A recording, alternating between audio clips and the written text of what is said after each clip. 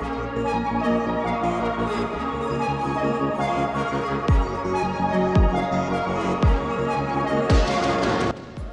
up, everybody, and welcome back to another episode of This Hits Different, hosted by yours truly, Riley Nelson. This is so hard sometimes doing a podcast by yourself. Like, it feels really weird to not have someone to banter off of. But today I have an amazing guest. Her name is Taylor Bickett, and she is an artist from Nashville, Tennessee, and she's up and coming pop. If you're on TikTok and you've seen this trend, down, but I blacked out at brunch. I swear 16 was yesterday, but now I'm closer to 28. that is Taylor, and that's her song. It blew up on TikTok, and so just so you'd have a little familiarity, we are going to talk about the trend. So I wanted you to know what I'm talking about. Also, as you know, this is on video as well. So you can watch on Spotify and YouTube. We're doing great. I have been working my ass off lately. I've been working like doubles every day at my job. I only have until Friday. Friday is my last day, and I'm so excited. And now, since the episode will be out after I'm done working, I'm just going to tell everyone. I worked at Taqueria del Sol. I absolutely love the food. I loved the environment. I am just ready to be out of the restaurant industry, and I start my big girl job today. If you're listening to this, it was last week, but I'm starting my big girl job today, Monday, June 26th, and I'm so excited. I am getting back into aesthetics, and I'm going to be doing a little bit more of what I love. I'm really excited to have that pay my bills and like have something that I'm passionate about. Even though it's not my, this is my journey, but I'm excited to have something that will keep me going and not make me hate my life. So yeah, I'm really excited. Finally, I feel like the stars are aligning for me. Everything is just kind of falling into place perfectly, because originally I wasn't supposed to start this new job until August, but the date kept getting pushed back.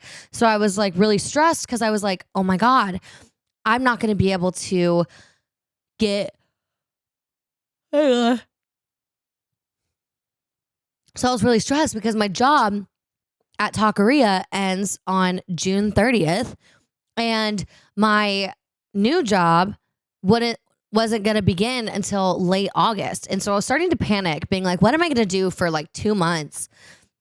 And I was like so worried about it, and I was anxious about it, and I was so stressed, and I just was like laying in bed, and I was just like, you know what? Like, this is out of my control. The only thing that I can control right now is I can find something to make me money in the meantime in those months. So I started applying to jobs on like Wendy and like trying to do babysitting or nannying or like literally anything just to like get me some money for the next few months. I like signed up for Instacart, and I was like, you know what? Like, this is out of my control. I'm going to do what I can, but like, I'm just going to give this to God. And like, that sounds so corny, I know, but I was like, you know what? Like, I can't do this. I can't bear this. Like, I don't know what to do. And so I was like, you know what? Like, you have it. You take it all. Like, I know I'm going to be okay. And literally the next morning, I wake up and I have a text from my boss for the new job. And it says, hey, we had a spot open up in another location. Do you want to come open and start training there? And then you can transfer. I was like, absolutely. My prayers were completely answered. Thank God. I was so stressed about it, but I was like, absolutely, sign me up. Like, I will be there tomorrow. Like, I was so stressed about what I was going to do for money. So now I'm so excited because I get to start my new job today, and I'm going to do that after I finish recording. So wish me luck, which by the time you're listening to this, it'll be next week, but wish me luck. But yeah, so I'm just really excited. Life is really falling into place. I met a guy, and I don't want to talk too much about it because I don't want to put too much pressure on it. I also I don't know. I don't want to talk about it too much because I tell you guys things as things are happening. And I always will tell y'all about a guy and then like nothing happens with a guy and there's like no closure with it. And that's probably pretty annoying for you. So I'll give you a little bit. I went on a date and it was really good. It was a guy that I had actually talked about before on my other show.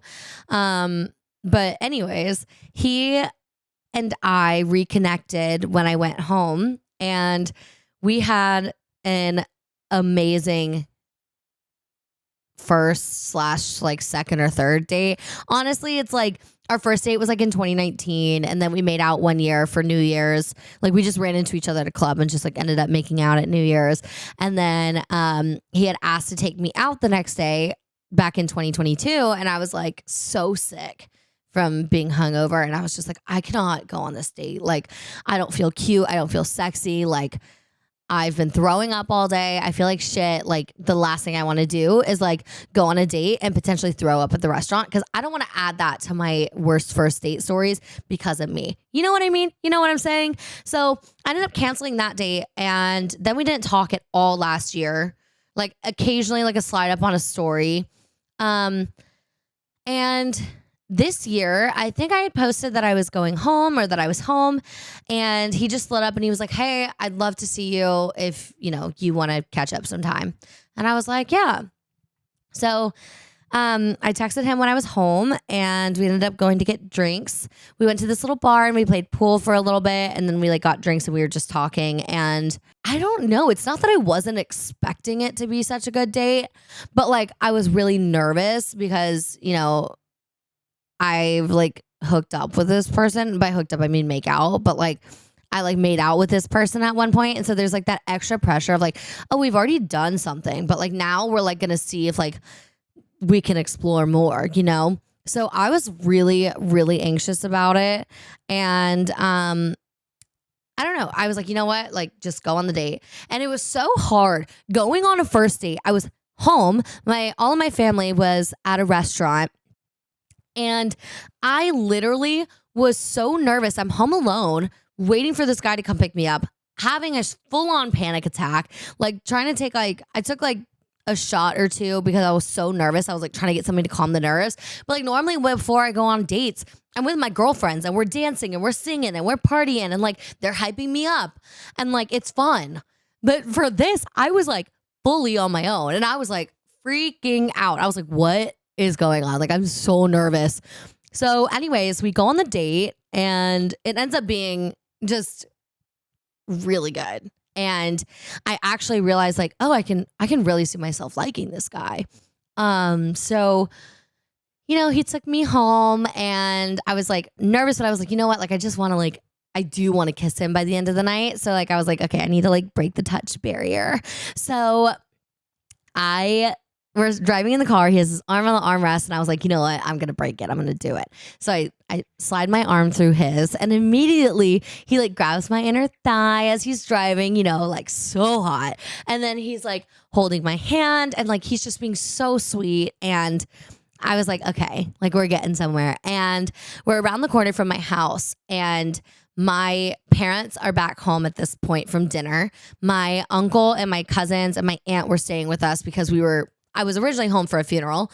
So I had family in town and I was like, I am not about to have this guy like drop me off in front of my house and then kiss me. And then knowing my family, they would run out and like try to fuck with us. So I was like, okay, I like have to do this before we get to my house. So I so boldly, I don't know why I did this, where I got I don't know. He makes me feel very confident and like very safe. And like, I know that he likes me. So like, I feel like secure in that. But I literally just go, if you want to kiss me, we should go ahead and do it now because I don't want to risk my uncle and my dad like fucking with us. And so he like immediately throws the car in park and I'm like, oh my God, I'm so sorry. Like I just made this so awkward. And he's like, just go with it. He's like, it's fine. It's funny. So then we like start kissing and we start making out in the car. And it was just like weird. It wasn't weird, but it was funny because it felt like we were in high school again because I'm staying at my parents' house and he was staying at his parents' house. And like both of us were like, well, we can't go in. Like I was like, I'm not going to sneak him in. Like that's weird. My parents, my uncle, my sister, like everyone's in the next room. My sister and I were sleeping in the same bed. So I was like, I can't bring him in. So we're like hooking up in the car. And when I say hooking up, we're just making out. Maybe a little heavy petting, but like we're just gonna, we're classy. But we're like kissing in the car, and it was so funny because it literally felt like I was in high school again. And I'm not mad about it. Like, don't get me wrong, like it was so hot. But I don't know. I'm starting to get feelings, which is scary for me because usually it doesn't go well. And usually when I talk about them on the podcast, nothing happens. So I'll try to remember to give you guys an update. I'm going to see him again when I go home in like a month or two. So I'll keep y'all updated with that. But yeah, things are good. I can actually like really see myself liking him, which is really scary for me. But I don't know. I'm just excited to see where it goes. And I'll keep you updated. So that's me. I am seeing someone, but like we've only been on one date, so it's like very casual still. We're playing the field. We're seeing what's out there, but I can see myself liking this guy. So yeah. All right. Let's go ahead and get into it. My interview with Taylor. Like I said, Taylor is an incredible pop musician. She's from Nashville, Tennessee. Her and I went to Belmont together. She is my aunt in my sorority. So my big was a twin. If you're like in Greek life or whatever, like it's like your family. So my big was a twin. So she's like my aunt, and she is so incredible and so talented. And, she's just I can't even begin to say enough good things about Taylor. But without further ado, let's go ahead and get into my interview with Taylor Bickett. It is the moment that we have all been waiting for. I am joined here today with Taylor Bickett. Hi, Taylor, and welcome to This Hits Different. Hello. Thank you for having me. Oh my goodness. Thank you for coming on. I'm so excited to have you here. Fun fact, Taylor is my aunt in our former sorority. Yes. So we've known each other for a while now. But we're here to talk about you today. We're not here to talk about Theta, because rib. You had a song recently blow up. It's called Quarter Life Crisis, and it kind of took off on TikTok. Can you tell me a little bit about the release of that song? Did you just wake up one day and it was a trend? How did this happen?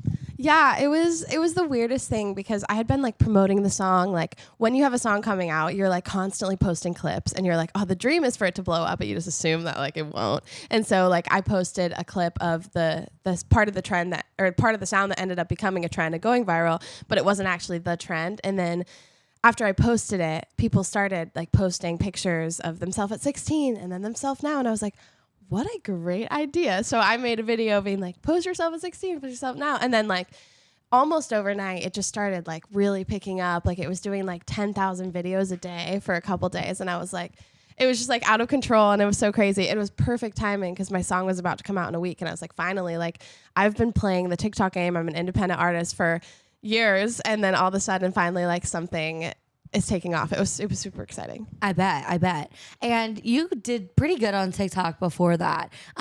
You're one of the few people that I remember during COVID and 2020. Like you were hustling on TikTok, and it was like before other people were, and before people saw like the business opportunity. Like at this point in time, like TikTok was still dances. Yeah. And then 2020, for me on my algorithm, it was you and Amelia. And y'all were just Amelia Moore, by the way, who is an alum of the show. But you and Amelia were like popping off on TikTok and like really just like hitting it hard. What made you decide to do that? Why did you get into TikTok? And like, did someone tell you to do that? Yeah. Okay. So funny. Another member of our Theta family, Carol, was like, we were on spring break. It was like COVID was like we were about to find out that we weren't allowed to come back to school. And so we were literally in Florida. Trauma. And then she was like, Taylor, like you need to start posting TikToks. Like you would do so well, like you blow up. And I was like, oh my gosh, no, like my like middle school cousins use TikTok. I'm not using TikTok. Like it's not, I thought it was just like for kids. And But then I was like, oh, maybe I will. I don't know. I was thinking about it. And then obviously like we all had to go home and we were like quarantined forever. And I was so bored. I had nothing to do. So I just like started posting videos. And I started out with like singing challenges, like all the riffs and stuff.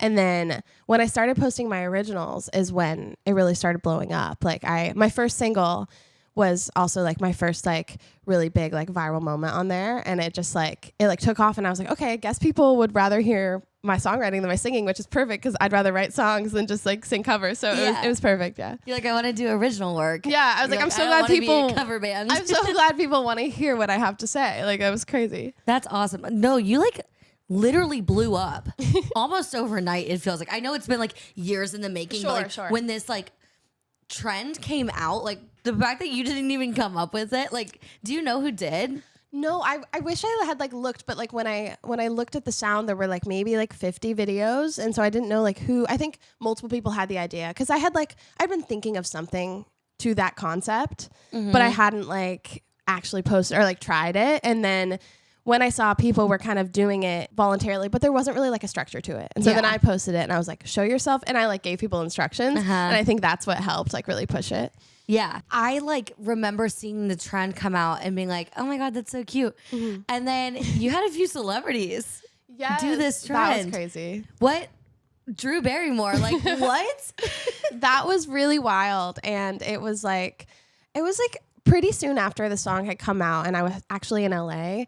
And I was like doing a bunch of meetings and just like I was so busy and it was like so crazy and I was really overwhelmed. And so I was calling my mom, like debriefing, and I was like, oh, I'm just like, I was like really overwhelmed. It's all so exciting though. And then I get a text that's like, Drew Barrymore just used your sound. And I literally gasped. I'm like on the phone. My mom was like, what's going on? And I was like, I told her and she starts freaking out because like Drew Barrymore is a person that like parents know. Like they're like, oh, 1 million views on TikTok or how many videos. They're like, okay. They don't really know what that means. But then you say Drew Barrymore and they're like, oh, this is actually a thing. So that was really sweet that she was on the phone because she was like, oh my God. We were freaking out. Oh, that's so cute. Well, I'll insert that clip here of Drew Barrymore doing the trend. I swear 16 was yesterday, but now I'm closer to 28. It's funny because like I would tell my friends about it. I'm like, oh my God, one of my friends, like my aunt in my sorority, like blew up on TikTok. I'm so proud of her.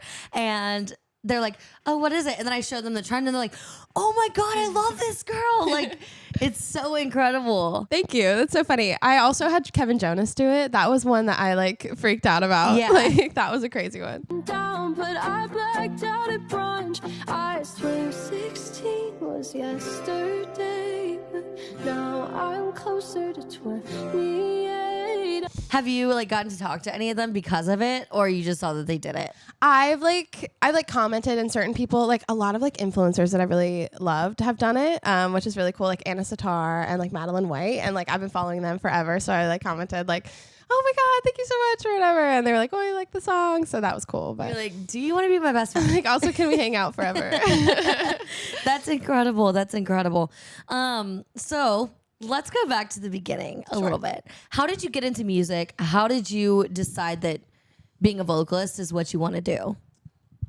It's so funny. Like I've tried to think back to like when I got into music, and I just feel like it's been there my entire life. But my mom always says that when I was a baby, I was like singing in my crib, and one of her friends came over and was like, your baby's like really on pitch. And she was like, what? Don't all babies sound like that? And she's like, no, my kids are awful. They can't hold a pitch at all. And it's like my mom's best friend and her kids are also my best friends. And like, we're all still so close. And you're like crying in tune. Literally, yeah. And so my mom was like, oh, and just like put it in the back of her mind. So she would, like put me in like choir, or, like theater camps and that kind of thing. And I was just like, immediately you could tell I just like was obsessed. And there's like, I was looking through old videos because I used some little clips of me as a kid in the music video of Quarter Life Crisis actually. And I was looking through them and there were so many videos of me like making up songs and performing them and like making my whole family sit down and like ask me my name and like pretend I was on American Idol. Like it was just, I feel like it's been forever. I feel like a lot of people I talk to, it's all the same story. Like we all just knew from a very young age. Growing up, like I was the exact same way. Like I loved the spotlight. I loved being the center of attention. I loved to sing. And it was like, honestly, I swear that it was the Little Mermaid, that like Little Mermaid and Pocahontas. I would just sing along. And then next thing, you know, my parents were like, wait, she's kind of good.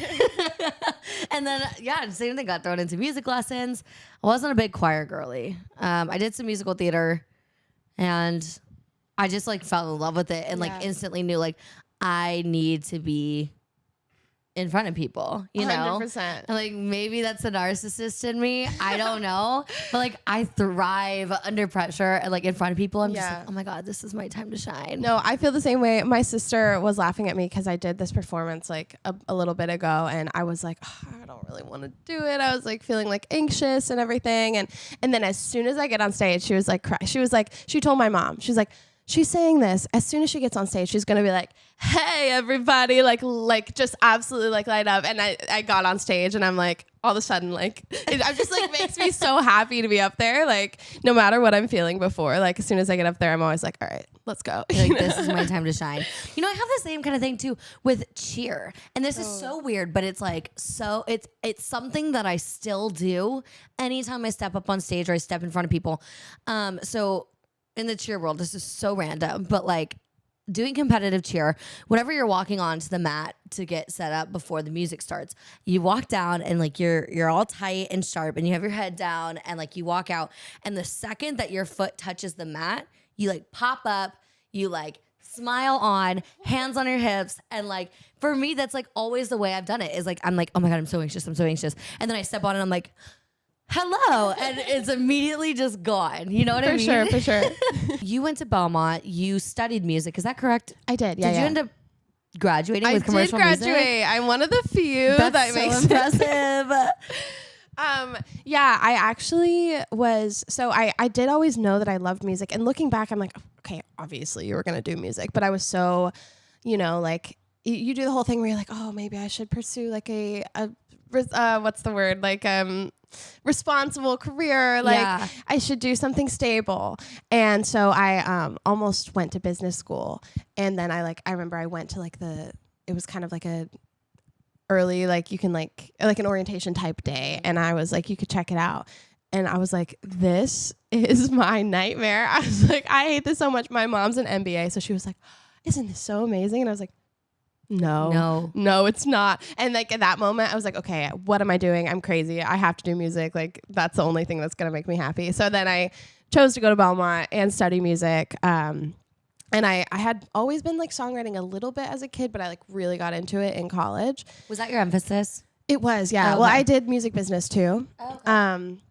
And I added the songwriting emphasis after there was like, I did like a little singing competition freshman year, and then I wasn't really big into songwriting. And then they were like, oh, by the way, 3 days before, for the final round, you have to sing an original song. And I was like, I don't have one. Like, I was like, I didn't have anything I felt proud of. And so I like freaked out, but then I like ended up writing a song, and like that, like just having the fire under me to like force myself to like, that was the first time I'd ever performed like an original song around people. And then like did really well. I ended up winning the competition, and people were like, oh, like I really liked your song. It meant a lot to me. And I was like, okay, I can do this, you know? Yeah. So then I added the songwriting emphasis. But yeah.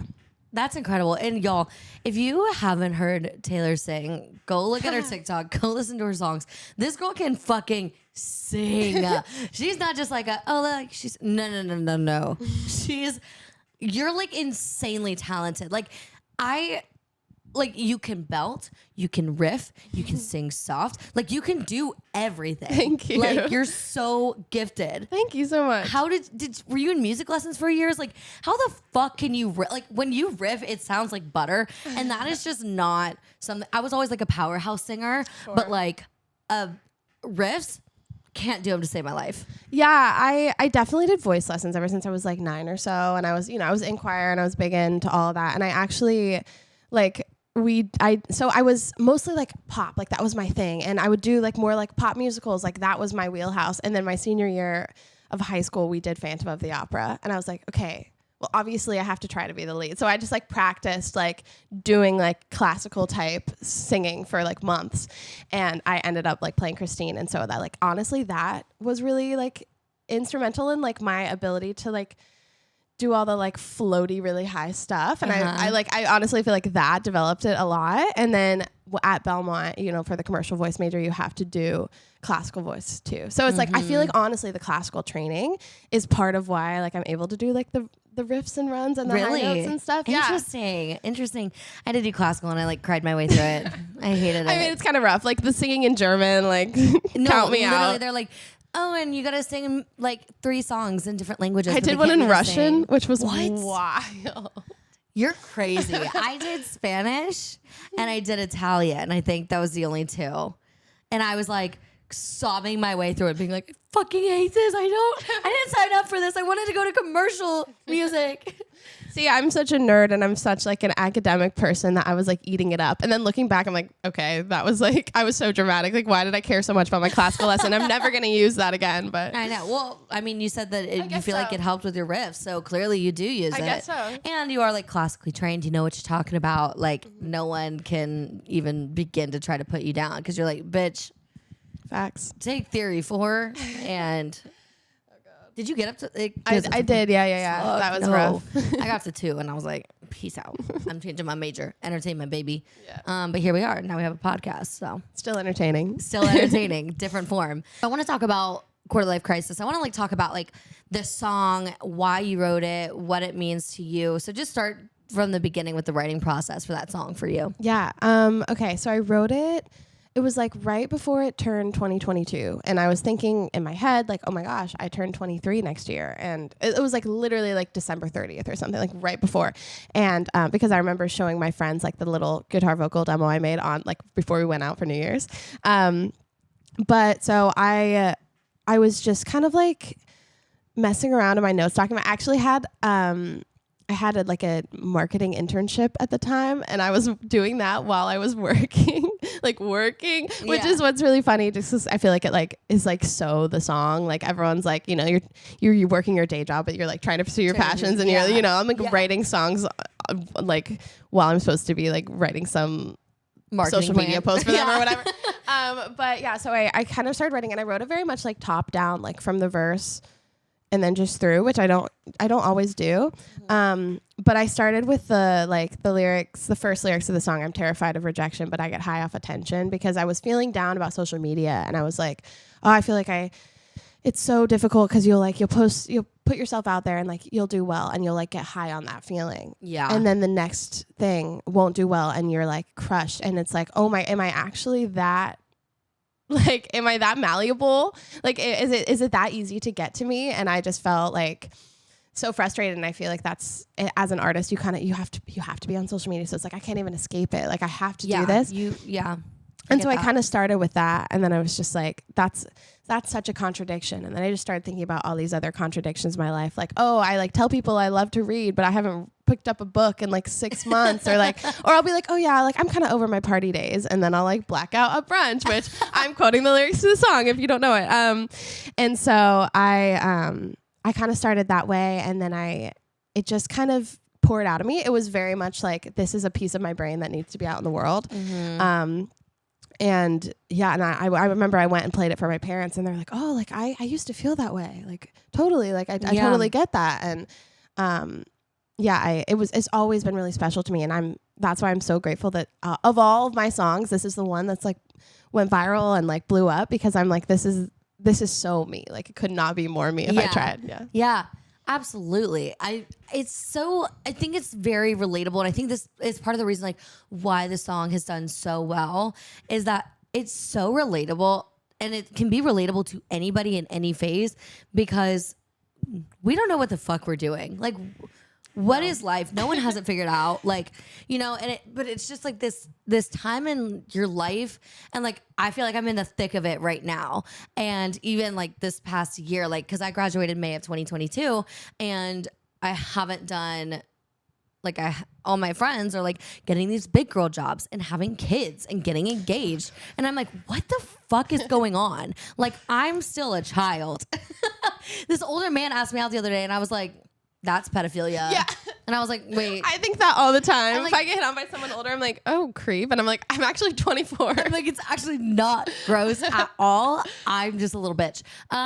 No, but I'm in that phase right now. And like, I feel like I can relate to the song so much because it's just like, what the fuck am I doing? Why am I doing this? Like, you know, I'm growing up. I don't know how to be an adult. I don't know what I'm doing. I'm not doing what I want to do. Like, I'm not like where I want to be yet. I'm not who I want to be yet. Like this weird in between. And I feel like a lot of people can relate to that. And I think that's part of the reason why it did so good, as well as like the nostalgia of it. And like, you know, the trend, like I swear 16 was yesterday. Now I'm closer to 28. And it's like they're showing a picture of them as a kid versus now. And like that nostalgic element, I feel like is what has also like helped boost the song. Yeah, that's a big thing too.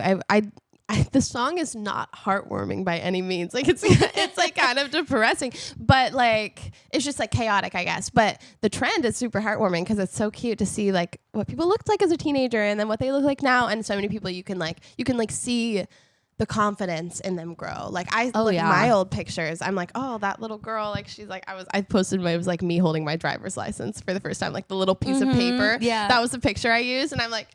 And then it's like a picture of me now, and I was like, oh my gosh, I can see the confidence like radiating off of me. Like I'm radiating. I'm like I'm an adult. Like it gave me like I don't know. It was just it was sweet, and like watching other people's videos too, or like they would do it with like their siblings or like their significant other, and I was like, oh, it's so sweet. Some of you like with their dogs, like puppies versus like the adult dog. That's cute. Lately, there's been a trend where or it's just like I've seen more like pregnant women doing it. And so they'll do like 16 weeks and 28 weeks, which is so sweet. Yeah. That's so fun. Yeah. That's so cool that you've like gotten to create something for people like this. And every time I see it on TikTok, it makes me so happy because like, I'm so proud of you. Obviously I've known you now for a while and you know, we've been friends and like getting to watch you grow in your career and like watch like my other friends grow in their career. Like it's so heartwarming and like, just know I'm rooting for you always. Thank you. And could not be more proud of you with all of your success with this. Thanks. So tell me a little bit about what's next for you. Yeah, I'm working on my first ever project, which I'm super excited about, coming later this year. I'm like dying. I wish I could tell you everything about it, but coming super soon. I've been working on these songs for like a year now, and they're all like so me, and it's like the quarter life crisis era is like not over. I won't be over probably for years. But like, I'm not even at 25 yet, so it's still we're not even at the quarter life crisis just yet. We're getting close, but we're not there. Right. So they're all kind of just like I feel like they really encapsulate like being a person in your early 20s or just like relationships and all of that stuff. So I'm so excited to get those out. I know. And we don't have a date yet, but hopefully it'll be soon. And then whenever it comes out, obviously I'll share it and you can come back on. Amazing. And we can talk about each song and we can talk about the journey. The journey. That sounds so, I don't even know, chuggy. I know. I'm also like having this like weird thing. I'm like, are these frames in this like gallery wall chuggy now? Like, I think I need to replace it with like a big painting because I don't know if this is like the vibe anymore. But I like having this as the background. So I'm like, is it chuggy? I don't know if you're watching this or listening to this. Yeah. Comment below. Tell me if this is chuggy, especially if you're younger than me, because I need to know what the kids are doing these days. That's so depressing. It's so weird, like being in this transitional phase. And I know, like, everyone, when I talk to people, they're like, oh my God, you're so young. Like, the fact that you're even doing this now. And I'm like, I feel like I'm so behind. Yeah. And I'm like watching all these other creators and a lot of podcasters, specifically in Nashville. And there's not a ton of them, but I've been like watching them and like I'm so jealous of the life they get to live. And I'm just like, oh, I want to skip to that point. But I'm also like trying to remember to be present in this moment and this era because, you know, I'm not going to be able to just pick up and go get coffee with a friend in the next few years, hopefully. I don't know. We'll see. That's like, hopefully I'll be traveling and like taking the podcast on the road and, you know, all the things. But like looking at all these other people, I'm so jealous and I'm like trying to remind myself and teach myself to just be present and just accept what life has and take it one day at a time. 100%. I mean, I feel the same way. I think it's like this period is when we're like figuring it out. And then there's people who started I started releasing music when I was 21, and then some people started when they were like 15. And so it's like all these singers that they're like winning Grammys and stuff. And I'm like, I was still in high school. Like I was like posting like awkward prom photos with my high school boyfriend, like, and you're literally winning a Grammy. Like, it's so hard not to compare, especially in like the entertainment industry. People start so young, and it's like in your early 20s. Yeah, everyone older than you is like, you're so young. Oh my gosh, like you're so much ahead of you, but you feel like you're constantly like racing against that. Yeah, especially like time. I'm like, there's literally no rush, but this stupid chair is so creepy.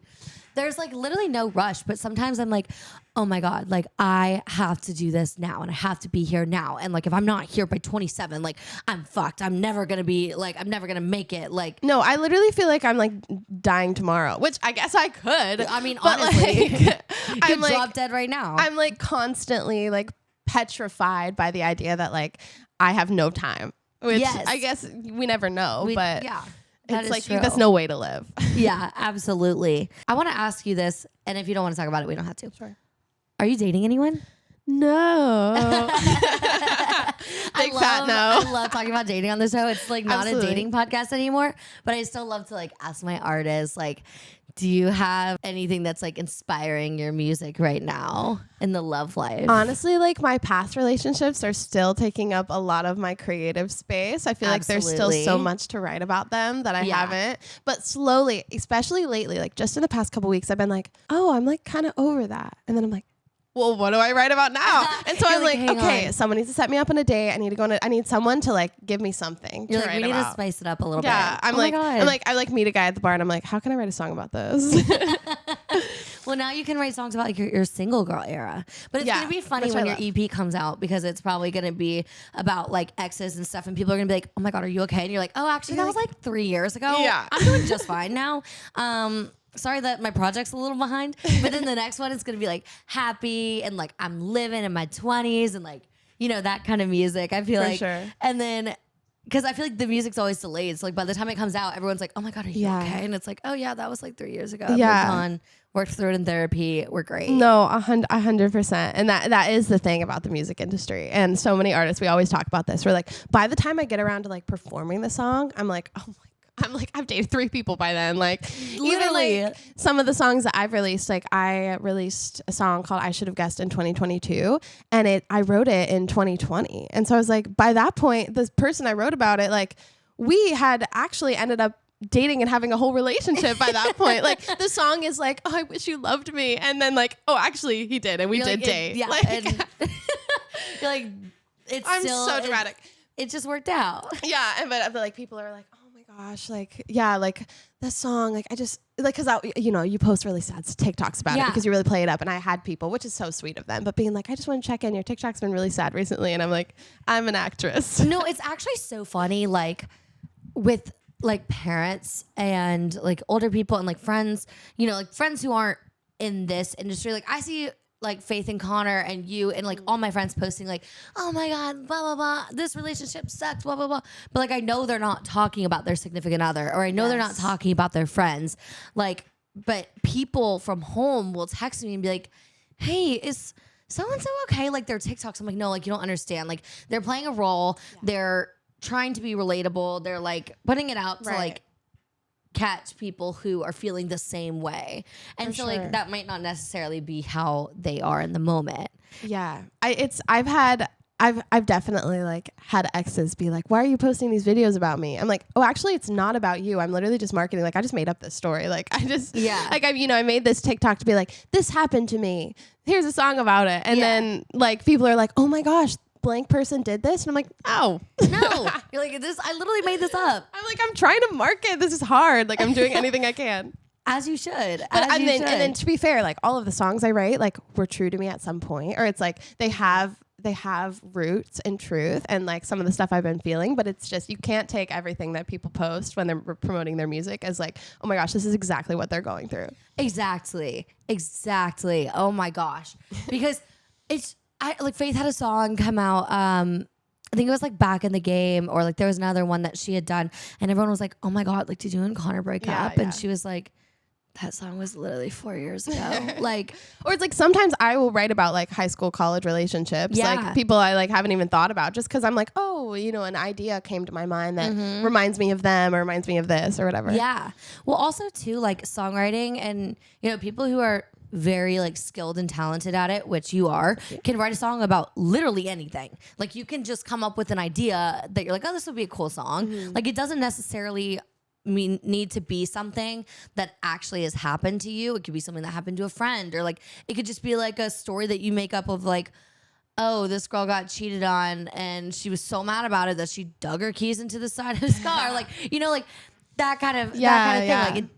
Like there's not always like truth behind songs, which I mean, there is a truth, but sometimes it's not the artist that's singing its truth. Yeah. My song, Just My Type, that I released in 2021 is kind of about one of my friends' like relationship drama. Like she basically just like kept falling for guys in relationships, and she was like taking it really hard. And then I had like one instance where I was at a party and a guy flirted with me, and then someone told me later he had a girlfriend, and I was like, what the hell? And it just reminded me of that. So I kind of had that feeling, but I pulled from her experience. I pulled from like TV shows and stuff to write that song. Like it's not true. Like the song is kind of like being like the other woman type thing. Like I've never done that, but it like, it's still the emotions of feeling like you're not wanted or feeling like you're with someone who's emotionally unavailable. Like that is still true. I feel like sometimes, you know, like you can kind of like fudge the story, but like the emotion a lot of times like has root and truth. Yeah. And it's also like sometimes the way that you write songs, like people interpret it differently. Like sometimes you're like, oh, I wrote it about this. And someone's like, oh, well, I took it. And, you know, you might have written about the loss of like a breakup or a boyfriend or a significant other. And I took it as the loss of my grandma. Like people will interpret art and music any way that relates to them, and it's like such a personal experience. It's like really cool to see how like you're like, oh, I didn't see, that's not how I meant it, but like I love it, that's how it came across to you. Yeah, no, for sure. I've had people like my certain breakup songs or just romance related songs, and they've been like, this reminds me of like my relationship with my mom, or like, you know, a friend breakup or something. And I'm like, I think that's so special because like, you know, it's just cool to be able to relate. It's like so cool to see how people interpret things. Yeah. So many of my favorite songs, they probably wrote about something else, but like in my heart, that's what it's about. Exactly. It's about actually my life. They actually didn't write about them at all. They wrote it about me. They wrote it about you. They were like, oh, I wonder what Taylor's feeling today. Let me write a song. For me specifically, yes. You have an EP coming out soon. Yeah. So everyone look out for that when that is finally ready to be released. I'd love for you to come back on. Where can people find you? This is the time to plug all your social medias, all your music, all the things. Okay, amazing. So my name is Taylor Bickett, Taylor like Taylor, and then Bickett, B as in boy, Ickett. This is always how my like mom would tell like people at like the bank or whatever. She's like, B as in boy, Ickett. Like it's like, I love that. That's so cute. So that's just what I say now. And that's my Instagram at Taylor Bickett. My TikTok is at Taylor Bickett Music. And then, I'm Spotify is my name, YouTube, all the things. Well, thank you so much, Taylor, for coming on. Thank you for having me. Of course. And as always, you know where you can find me at Riley Nelson18 on Instagram, at This Hits Different Podcast on Instagram, at Riley Nelson13 on TikTok. And then, you know, we're on YouTube. There is video version out now. You can watch that on Spotify and YouTube. And yeah, go to my website, send in your stories, tell me who you want to see next. And that's all I have. Bye, guys. Bye.